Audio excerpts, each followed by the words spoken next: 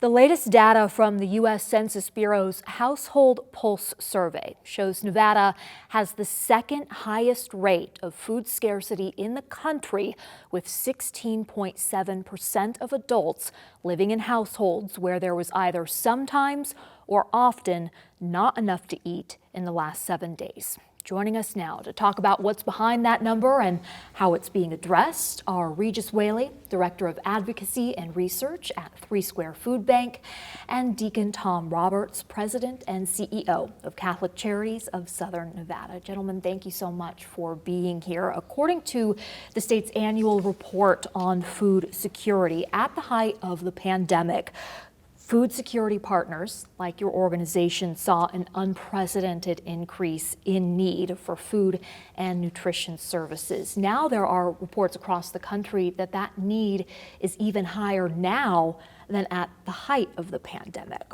What are each of you seeing? Deacon? Thank you for having us on to talk about this really important issue in our community. Sadly, yes, the information is correct. We're seeing higher trends of new clients and additional food insecurity, even greater numbers than during the pandemic.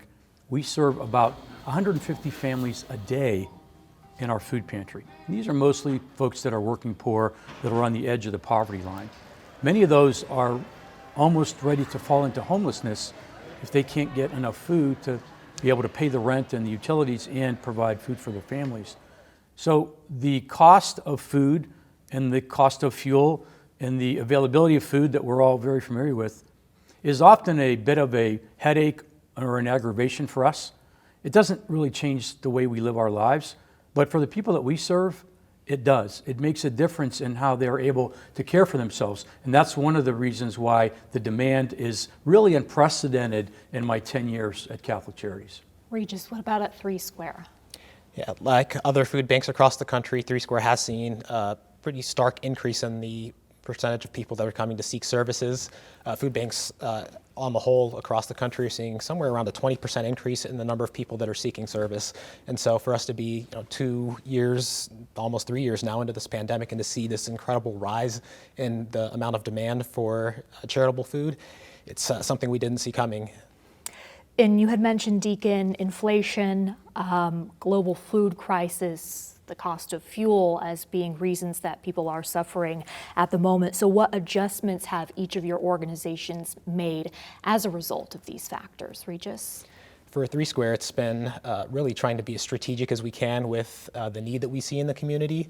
We knew that going into COVID, we were going to see a much greater demand for food during that time. We knew from the Great Recession that the recovery period was going to be a long one. And so right now it's really trying to think through, if this is going to be a long-term recovery process for all of Southern Nevada, how do we at 3 Square be as strategic as possible in trying to make the adjustments that we need to make with just the resources that we have, the resources that we expect to be coming in for us to be able to serve the community with this heightened level of need. So we've gone through everything from beginning to end as far as the food supply chain goes, thinking about how we're bringing in food, how we're getting it distributed back out into the community, trying to work through some of the supply chain issues that we've seen with changes in things like food packaging, things that used to be in cans and jars now coming in bags. Things like avian flu that took place earlier on in the year that have reduced the amount of animal-based proteins that are available for us to be able to purchase and then to distribute in the community. So thinking through, how do we continue to meet the nutrition needs of the community also? So being able to just diversify the foods that we're purchasing, and then thinking through the partners that we're working with. How do we work better with partners like Catholic Charities that we know are doing a lot of work for a lot of different important communities here in Southern Nevada? How do we identify those who might not be getting served currently, and how do we ensure that we're reaching them? So it's really taking a look at all of our operations from beginning to end and making sure that we're doing the very best for Southern Nevada. Deacon, what kind of adjustments have you made? Our Food for Life program, it has 3 pillars. The first one is senior food through our Meals on Wheels program. The second one is the food pantry that I mentioned earlier. And the third one is the community meal, which serves about 500 families a day. On Thanksgiving Day, we'll serve probably up to 1,000. We'll probably distribute up to 3,500 turkeys and all the fixins by the end of the Thanksgiving holiday, which again is unprecedented. For us, it's being able to ensure that we can find resources focus on our menus. The Meals on Wheels clients that we see have nutrition and dietary needs, and we meet those. So our chefs and our team have had to be resourceful and imaginative in our menu engineering and making changes on the fly when product isn't available.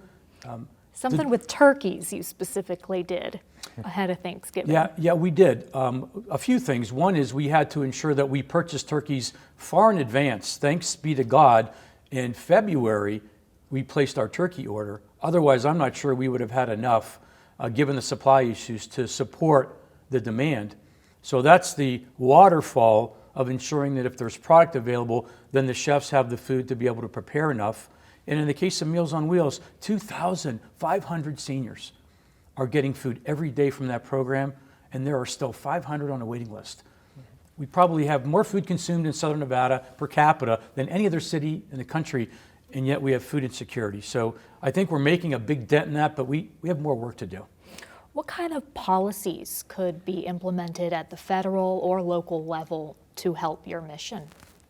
So one of the most important policies that we look at the food bank is the Supplemental Nutrition Assistance Program, the SNAP program, what used to be known as food stamps. That has been far and away the most effective anti-hunger program in the United States. For every meal that's served through Feeding America Food Bank across the country, one meal served by Feeding America is SNAP is serving 9 meals. So SNAP is such an important part of the social safety net for all of the United States with respect to food security.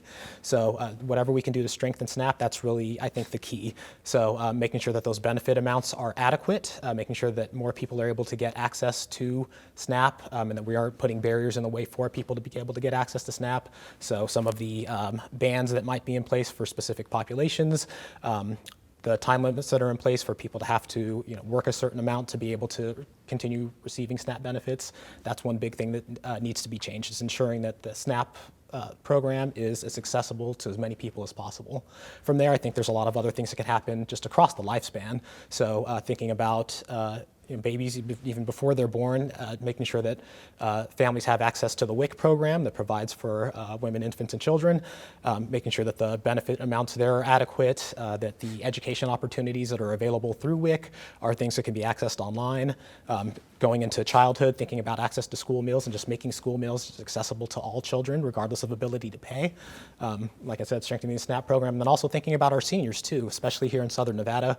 We know we've got a growing senior population. We've got to make sure that those programs that are available for seniors, those nutrition programs, food delivery, things available through health insurance, all of those programs need to be strengthened to ensure that we're able to provide food across the lifespan. So increasing access to these government programs, government funding is one part, but you're going to have people saying, gosh, our government is already spending so much money. And then that makes me think of the private donations. How real is compassion burnout at this point? The compassion that you saw during COVID compared to now? It is the both and. It is continuing to focus on government funding, and we also work very closely with the state, the governor's office, the legislature. We have an upcoming legislative session. And so one thing that the listeners can do and the watchers can do is to let their elected officials know that food insecurity is important to them. It's on their priority list. I'll be up in Carson City to address that directly with our legislators and with our new governor. People have been so generous in this community for so long, and they stepped up in a big way during the pandemic. And there's always the factor of fatigue with givers or not going back to the same people. We also try to focus on education. In Catholic Charity's case, 90 cents of every dollar that we raise goes directly to the clients. So that's a good, effective, efficient way to give. So it's important to me as a donor and as the CEO of Catholic Charities for our folks to know that what we're doing is efficient, it is effective, and it's delivered with dignity. Because it cannot just be about the food. It must also be about the hope. That also is the both and of what's really important to the people that we serve, and thank God for our volunteers and our team that deliver that to thousands of people every day. I want to circle back to the progress that was made following the Great Recession in food insecurity in Nevada. That was according to that state report. There was progress made, but COVID changed everything. How long do you anticipate until we can return to those pre-pandemic levels? We're hoping that the Great Recession is not a good indicator of that, because the recovery from the Great Recession took a decade. On paper, the Great Recession ended in 2009. We didn't see food insecurity rates return to the pre-recession levels until 2019.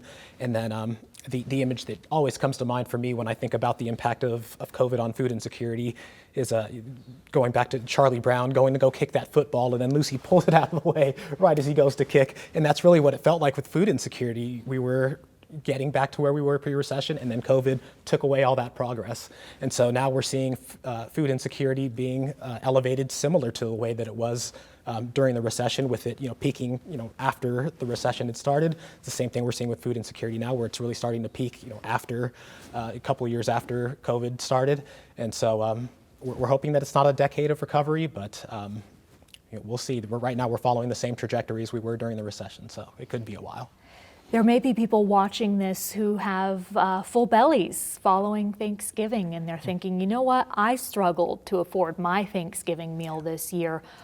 Why should I care about food insecurity for others when I'm having my own problems? What would you tell them?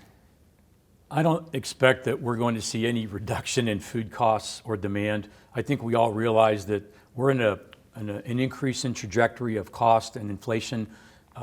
That's going to mean more people are going to have greater needs. So again, there's the dignity and compassion component of saying, when we give of ourselves with Thanksgiving, the context of giving to others who are struggling, I think helps us realize that despite the fact that all of us have issues and many are really struggling, sadly, there are people that are likely struggling even more. And so being aware of that and helping them, I also think makes more room in our heart for gratitude. It also, by helping others, ensures that we're doing our part. Sometimes I like to remind people that sometimes the work seems overwhelming, and we can't always do everything, but we can do something. And everyone can do something. They can volunteer their time, their talents, they can support us financially, and I really think that does make a difference in this community. Anything can happen to anyone at any time. We all need to support each other. We've seen it at 3 Square, where we've been able to really come together and support this community. So let's just continue doing it.